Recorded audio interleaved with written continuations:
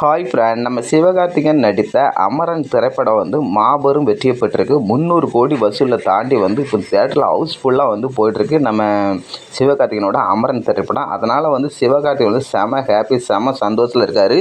இப்போது வந்து அடுத்த திரைப்படத்தில் வந்து இப்போ வந்து ஷூட்டிங்லாம் போயிட்டுருக்காரு. ஏஆர் முருகதாஸ் இயக்கத்தில் வந்து நம்ம சிவகார்த்திகேயனோட 23வது திரைப்படத்தோட ஷூட்டிங் நடந்துகிட்ருக்கு. அங்கே வந்து நம்ம அமரன் திரைப்படம் 300 கோடி வந்து வசூல் பண்ணாலும் வந்து அங்கே எல்லாத்துக்குமே வந்து டெக்னீஷியன் சைடில் ஒர்க் பண்ணுற எல்லாத்துக்குமே வந்து தடபுடலாக வந்து பிரியாணி விருந்து வச்சுருக்காரு. அந்த வீடியோஸ் ஃபோட்டோஸ் வந்து ரீசெண்டாக வந்து அப்லோட் பண்ணியிருந்தார். கண்டிப்பாக வந்து நம்ம சிவகார்த்திகேயனோட அவரோட 23வது திரைப்படம் வந்து நம்ம ஏஆர் முருகதாஸ் எடுக்கிறாரு. கண்டிப்பாக வந்து விஜய் ரசிகர் எல்லாருமே வந்து சிவகார்த்திகேயன் ரசிகராக மாறிட்டான்னு நினைக்கிறேன். கோட் திரைப்படத்தில் வந்து நம்ம தளபதி விஜய் வந்து சிவகார்த்திகேயன் கையில் வந்து துப்பாக்கி கொடுத்துருப்பாரு. அதனாலே வந்து அமரன் திரைப்படம் வந்து 300 கோடி வசூலை தாண்டி வந்து வெற்றி பெற்றுட்டு போயிட்டு இருக்குது. அதேமாதிரி வந்து ஏஆர் முருகதாஸ் வந்து சர்க்கார், துப்பாக்கிலாம் போன்ற படங்கள் வந்து நிறைய எடுத்திருக்காரு.